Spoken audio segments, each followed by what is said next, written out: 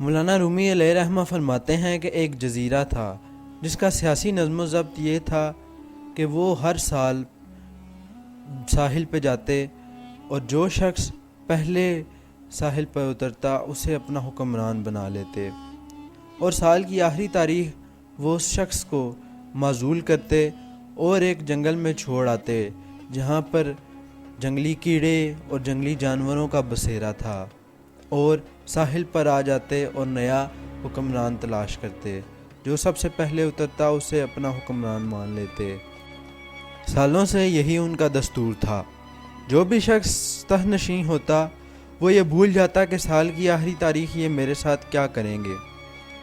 تخت اور طاقت کا نشہ ہی ایسا ہوتا ہے کہ انسان ہر چیز بھول جاتا ہے، اور جب انجام کا وقت آتا ہے تو وہ شخص یہ سوچتا ہے کہ کاش میں نے وہ وقت اچھا گزارا ہوتا کہ آج مجھے یہ دن دیکھنا نہ پڑتا۔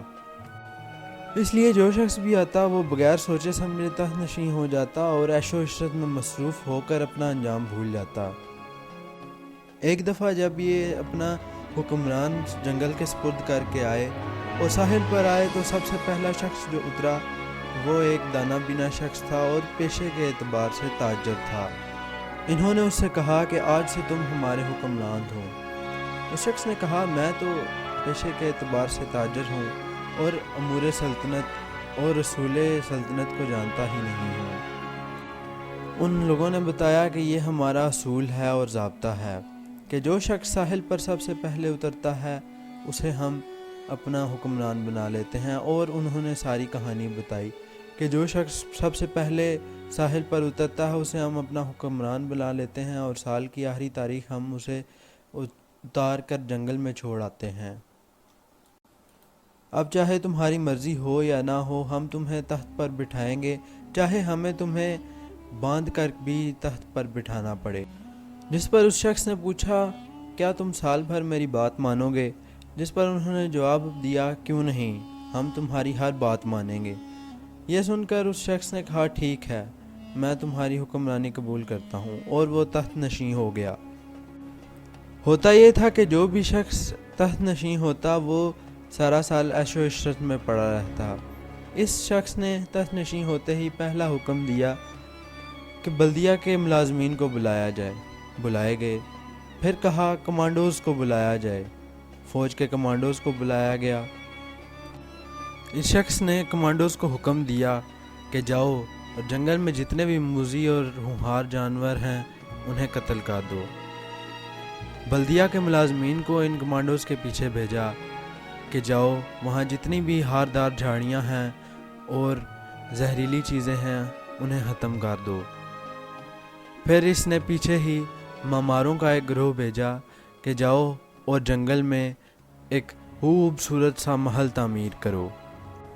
اس نے وہاں پر ثمردار، سایہ دار اور خوبصورت درخت لگوائے۔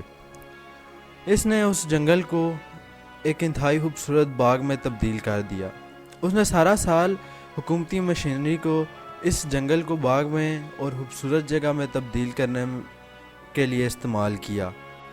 جب سال کی آخری تاریخ آئی تو اس سے پہلے ہوتا یہ تھا کہ جو شخص بھی تخت پر ہوتا تھا جب یہ لوگ اسے ہٹانے کے لیے جاتے تھے تو وہ شخص آگے سے ضد کرتا اور نہ جانے کی کوشش کرتا کہ مجھے کیوں لے جا رہے ہو وہاں پر جھاڑیاں ہوں گی، ہونہار جانور مجھے کھا جائیں گے۔ تو اس نے کہا زنجیروں کی کیا ضرورت ہے، میں خود چل کے جانے کے لیے تیار ہوں۔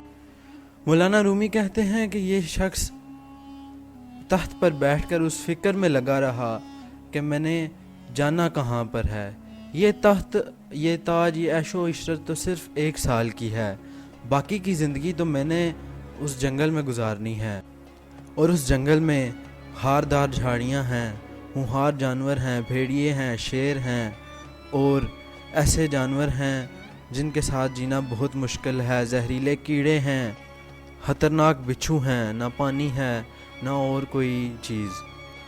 اس لیے اس نے وہاں پر کنویں کھدوائے، جنگلات میں جو خطرناک جڑی بوٹیاں تھیں وہ کٹوائیں، موذی جانور مروائے، اور وہاں پر خوبصورت پھلدار پھولدار درخت لگوائے، وہاں پر محل تعمیر کروایا۔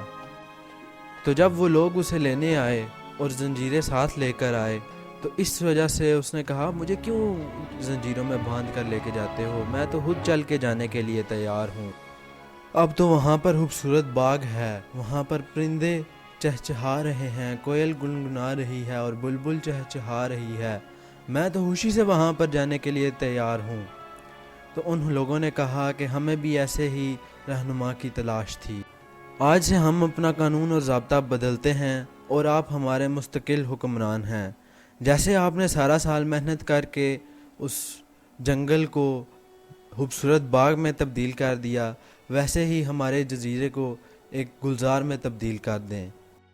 رومی علیہ رحمہ فرماتے ہیں کہ جس طرح لوگ اس جزیرے کے تخت پر بیٹھ کر اپنا انجام بھول جاتے تھے، اسی طرح ایک کافر اپنا انجام بھول جاتا ہے کہ کہاں پر اس نے جانا ہے اور دنیا کی عیش و عشرت میں پڑا رہتا ہے۔ لیکن ایک صالح مومن اور مسلمان نہیں بھولتا کہ اس نے آخر کہاں پر جانا ہے اور اس کی تیاری میں لگا رہتا ہے۔ اگر آپ ایسی ہی انٹرسٹنگ اور انفارمیشنل ویڈیوز دیکھنا چاہتے ہیں تو please like and subscribe our channel.